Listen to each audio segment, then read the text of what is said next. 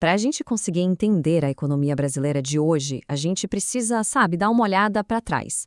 E não é pouco tempo, não, são mais de 500 anos de história. Essa aqui é uma análise de como o açúcar, o ouro, o café e depois a indústria foram construindo tijolo por tijolo as fundações do Brasil que a gente conhece. Ok, vamos mergulhar um pouco nisso. A ideia central de toda essa análise é exatamente essa frase. A trajetória econômica do Brasil não foi um acaso, sabe? Não foi um acidente. Pelo contrário, ela é o resultado de escolhas e de estruturas que foram montadas ao longo de séculos. É uma trajetória que começou muito, mas muito antes de o Brasil sequer ser uma nação independente.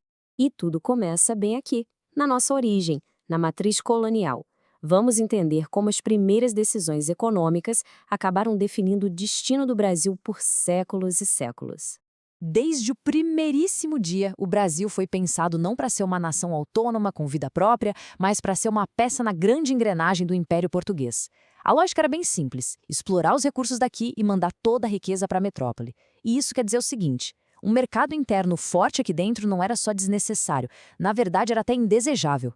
E essa mentalidade, essa cabeça de exportação, acabou criando um modelo econômico que definiu o país por séculos. É o que a gente chama de matriz primário-exportadora. A regra do jogo era bem clara: extrair recursos naturais em uma escala gigantesca e mandar tudo isso para fora. Agora, o que é bem interessante aqui nesse slide é como ele deixa essa dependência bem visual. A nossa economia funcionava em ciclos, um de cada vez. Primeiro, veio o ciclo do açúcar. O Brasil era o maior produtor do mundo. Depois, o ciclo do ouro, chegando a produzir metade de todo o ouro mundial da época. E lá no século XIX, o ciclo do café, que chegou a ser mais de 60% de tudo que a gente exportava. Era sempre assim, um produto, um de cada vez, dominando absolutamente tudo. E essa matriz toda se apoiava em 4 pilares fundamentais: a terra e a renda super concentradas na mão de poucos, uma base de mão de obra escravocrata e uma produção, como a gente viu, totalmente voltada para o exterior. Juntos, esses pilares criaram um ciclo vicioso, sabe? A riqueza que era gerada aqui não circulava, e isso impedia a formação de um mercado consumidor forte e, claro, o desenvolvimento integrado do país. Mas olha, essa história não é uma linha reta, não. O século XX trouxe com ele uma tentativa de ruptura. Foi um esforço consciente para quebrar essa dependência histórica e finalmente construir um novo caminho para o Brasil. A grande crise de 1929 foi o estopim.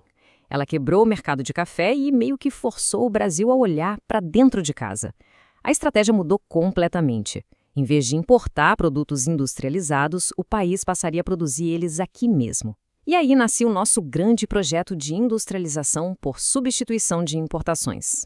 E o resultado? Foi impressionante. Por 50 anos, a indústria brasileira cresceu, em média, mais de 7% ao ano. Esse foi, sem a menor dúvida, o período de maior e mais rápida transformação estrutural de toda a nossa história econômica. O auge de todo esse processo foi o famoso milagre econômico. Pensa só, entre 68 e 73, o PIB brasileiro cresceu numa média espetacular de 11% ao ano. Era uma das taxas mais altas do mundo inteiro naquela época. Parecia que finalmente o Brasil tinha rompido de vez com o passado. Só que esse crescimento acelerado teve um custo, e um custo altíssimo. Esse slide aqui ilustra perfeitamente a troca que foi feita. Para conseguir financiar essa expansão toda, o país se endividou maximamente lá fora. A dívida externa simplesmente explodiu. Ela saltou de cerca de 3 bilhões de dólares para mais de 80 bilhões. Ou seja, a base financeira de tudo isso era extremamente frágil. E como era de se esperar, uma hora a conta chega.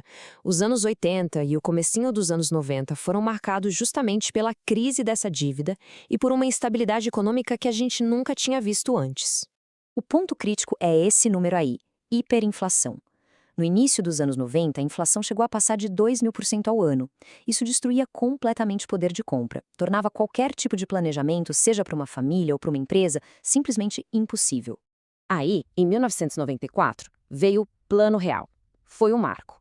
Ele conseguiu, sim, controlar a hiperinflação e trouxe uma estabilidade macroeconômica que era fundamental. O Brasil finalmente ganhou previsibilidade. O problema é que essa estabilidade não veio acompanhada de uma nova e profunda transformação produtiva, e o crescimento, a partir daí, passou a ser bem mais modesto. Isso nos traz para a nossa era mais recente. A grande questão que fica no ar é: o crescimento que a gente viu nos últimos anos representou um modelo novo de verdade ou, de certa forma, foi um retorno a velhos padrões? Quando a gente olha para os dados, a história parece se repetir um pouco. Nos anos 2000, veio um novo boom, dessa vez impulsionado pela China. E as commodities voltaram com tudo, dominando de novo a nossa pauta de exportação. Chegaram a representar cerca de 65% do total. O setor primário estava de volta ao centro do palco. E, em contrapartida, a indústria encolheu. A participação da indústria de transformação no PIB, que já foi o grande motor do crescimento, hoje representa algo em torno de 12%. É um recuo enorme se a gente comparar com o auge. Isso significa, na prática, uma perda de complexidade produtiva para a nossa economia. E assim, a gente chega no cenário de hoje com desafios estruturais que insistem em continuar.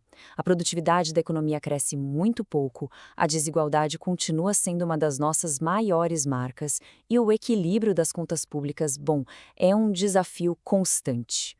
Então, toda essa análise nos deixa com essa pergunta final, para a gente refletir.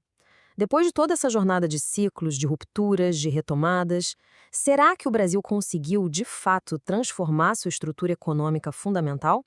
Ou será que, no fundo, a gente só modernizou, só adaptou aquela mesma lógica de inserção externa que nos acompanha desde o início? A resposta define o nosso futuro.